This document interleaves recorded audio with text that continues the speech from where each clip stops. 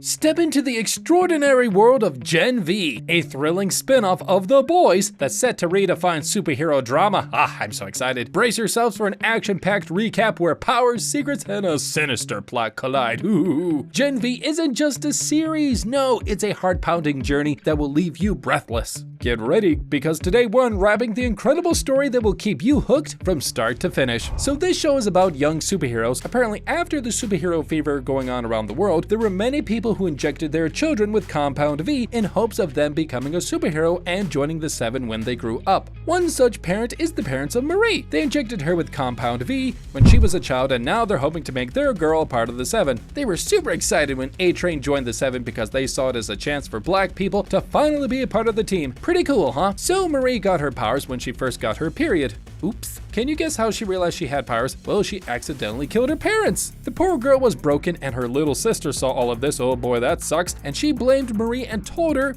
that she had murdered her parents. And by the way, Marie had blood control powers. That's pretty sweet. Does that ring a bell? Someone else had powers like these.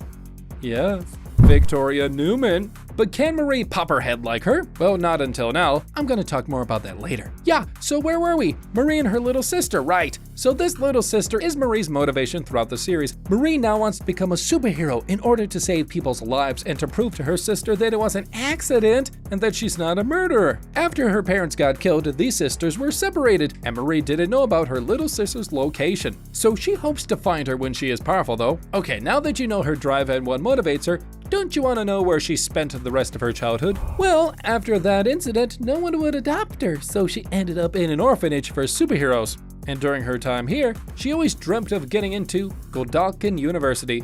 Godolkin is like a premier university for superheroes. Some noted alumni are Queen Maeve, A-Train, and The Deep. And that's the university, which is like a bridge between young superheroes and the Seven. If you do good, you'll get into the Seven. And just like every other college, this college has branches and courses, and the best branch, the branch that will get you into the Seven, is the School of Crime Fighting. Maeve, A-Train, Deep all were from this branch, so Marie wants the same thing. One more thing you need to know about Godolkin is that there are rankings. The top 10 guys have the chance of getting into the Seven. The higher you rank, the better it is, and the more chances you have, and blah blah blah. We'll talk about the rankings later. After dreaming about getting into the university, Marie finally got her chance.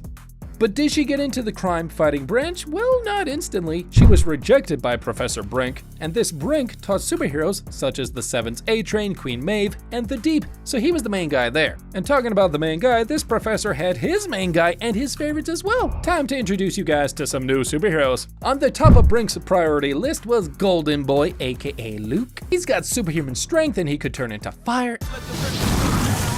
And he was the girl's favorite. Luke had a younger brother, Sam, who was dead, but Luke sometimes had blurred vision of his brother. Then we got Jordan Lee. He was Brink's TA. His power is interesting. He has multiple genders and he can turn into both a guy and a girl. The girl part can fire energy blasts, and when he turns into a male, he becomes a very powerful hero with superhuman strength and durability. And then we have his girlfriend, Kate. She could make people do anything she wanted just by touching them. Call it mind controlling via touch. Next we have Andre. He's the Magneto of this series. He's so cool. He's not as powerful as Magneto, but very strong nonetheless. He is one of the main guys, and he is also the best friend of Luke. His father is Polarity, also has the power to manipulate metals. Next is Emma. She is Marie's roommate, and she's a kind-hearted gal, and her superpowers are that she can shrink by throwing up and becoming large by eating. That is weird. So the story basically revolved around these guys, and that's why we introduced them first. Alright, enough about them. Let's talk about someone important. Indira Shetty. She is the Dean of Godolkin University. She's a powerful woman. And apart from running the university, she also runs something called the Woods. I'll talk about that later. But first, let's get back to Luke, aka the Golden Boy. You knew he was Brink's favorite, and he was also the #1 contender for the Seven. Brink even believed that he would be better and more powerful than Homelander. Funny. Well, Brink liked him a lot, and he actually liked him too. It wouldn't be wrong to say that Luke considered him a father figure. So Luke was on track for a great future and usually a pretty cheerful guy. But here and there, he'd catch glimpses of his late brother Sam, the Woods. He seemed to have zero knowledge about what that meant. These are the same Woods Indira Shetty runs. Wait a little longer, I'll get back to it. But let's cover an action scene first. Marie was out on a walk one night, and she saw some teenage guy who seemed to have superhuman strength, and he was running away from the armed dudes and fighting them. When Marie asks one of the guards what's going on, he tells them that he is high. Andre also saw this mess, and he and Marie together stopped the teenager, and he was caught and taken away. And then one fine day, when everything seemed going great, Luke gets into Brink's office and kills him. Marie catches him doing so. He goes after Marie, and Jordan tries to stop him. And here we see Jordan's power. That guy or girl is very powerful. So Luke finally stops, and he flies up into the sky and bursts himself. But before that, he hugs Andre and whispered, "Your dad has it." Now the whole story revolves around this, and Andre tries to figure out what the heck happened to Luke, and things get really messy. I'm gonna talk about it. Andre starts off with this clue. One night he is out with Kate, and he figures out what this meant. He goes to his father's statue and blows a hole in his steel pants, and recovers a phone from there.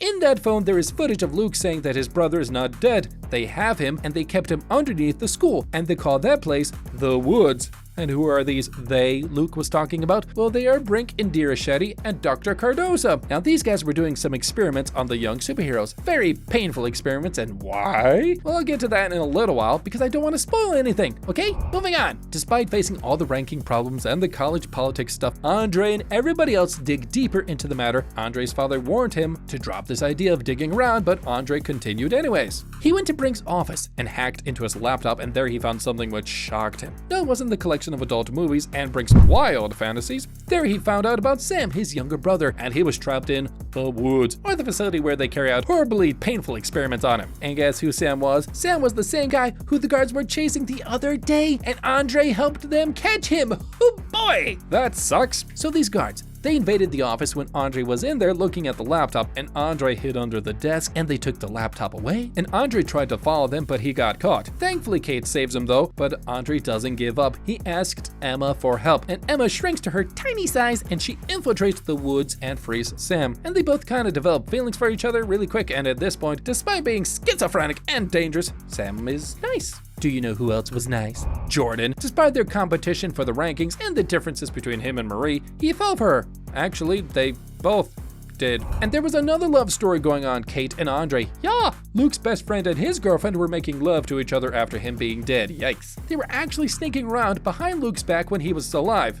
It's really not cool, but hey, they still care for Luke. But yeah, coming back to Luke and his mission of finding out what happened to Luke. Where were we? Oh, yeah. Sam and Emma. So Sam still sees visions which terrify him, and he's afraid most of the time. These visions are due to the experiments done on him, and being super angry and frustrated, he tries to take revenge on all those painful experiences. And he goes to Dr. Cardoza's house to kill him. Cardoza was saved somehow by Emma, Marie, Jordan, Kate, and Andre, and Sam went away. And as soon as they saved him, they all blacked out. The next morning, they wake up without having any knowledge of what happened a few days back. So Emma forgot who Sam was, and all the other guys forgot one thing or another. Turns out though Kate was doing all of this, she was the one clearing everybody's memory. She's a memory wiper, and she also messed with Luke's mind. I'm gonna talk about why she did that in a second. After getting their memories back, Emma, Marie, Jordan, Kate, and Andre found out what the experiments were done to do. They were supposed to form a virus that would kill every superhero. Victoria Newman's back, by the way, and she's on campus for her election campaign while this is all happening. So Marie went to her and told her everything. I mean about Shetty and the virus, and this was done in the hopes that Newman would do something about it.